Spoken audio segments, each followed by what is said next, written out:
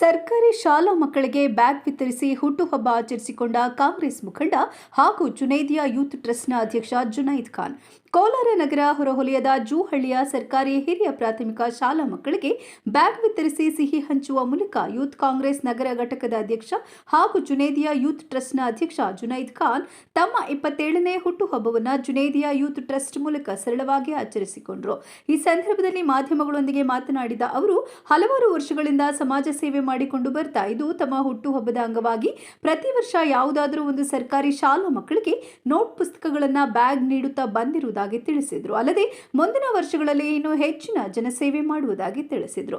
ಶಾಲೆಯ ಮುಖ್ಯೋಪಾಧ್ಯಾಯರಾದ ಅಲೀಂ ಭಾಷಾ ಮಾತನಾಡಿ, ನಮ್ಮ ಶಾಲಾ ಮಕ್ಕಳು ಬಡತನದಿಂದ ಬಂದವರು, ಮಕ್ಕಳಿಗೆ ಅವಶ್ಯಕತೆ ಇರುವ ಬ್ಯಾಗ್ ನೀಡಿರುವುದು ಶ್ಲಾಘನೀಯ. ಅವರಿಗೆ ಇನ್ನೂ ಹೆಚ್ಚಿನ ಸೇವೆ ಮಾಡಲು ದೇವರು ಅವಕಾಶ ಮಾಡಿಕೊಡಲಿ ಅಂತ ಆಶಿಸಿದ್ರು. ಅಲ್ಲದೆ ಹುಟ್ಟುಹಬ್ಬದ ಶುಭಾಶಯಗಳನ್ನು ಕೋರಿದ್ರು.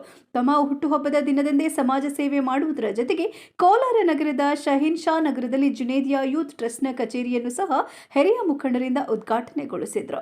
ಈ ಸಂದರ್ಭದಲ್ಲಿ ಗ್ರಾಮ ಪಂಚಾಯಿತಿ ಸದಸ್ಯ ಬಾಬಾಜಾನ್, ಶಾಲೆಯ ಸಹ ಶಿಕ್ಷಕಿ ನೂರ್ ಫಾತಿಮಾ, ಅಫ್ಸರ್ ಖಾನ್, ಮುಕ್ರಂ, ಶೋಯಬ್ ಪಾಷಾ, ಜಾಹಿರ್ ಪಾಷಾ, ನವಾಜ್ ಖಾನ್ ಹಾಗೂ ಜುನೈದಿಯಾ ಯೂತ್ ಟ್ರಸ್ಟ್ನ ಸದಸ್ಯರು ಹಾಗೂ ಯುವ ಕಾಂಗ್ರೆಸ್ ಮುಖಂಡರು ಹಾಜರಿದ್ದರು. ಸುಮಾರು ವರ್ಷಗಳಿಂದ ನಾವು ನಮ್ಮ ಕೈಯಲ್ಲಾದಷ್ಟು ಸಹಾಯನ ಮಾಡ್ಕೊಂಡು ಬರ್ತಾ ಇದ್ದೀವಿ. ಹಿಂದಿನಂದೇ ಈ ದಿನ ನನ್ನ ಹುಟ್ಟುಹಬ್ಬದ ಪ್ರಯುಕ್ತ ನಗರದ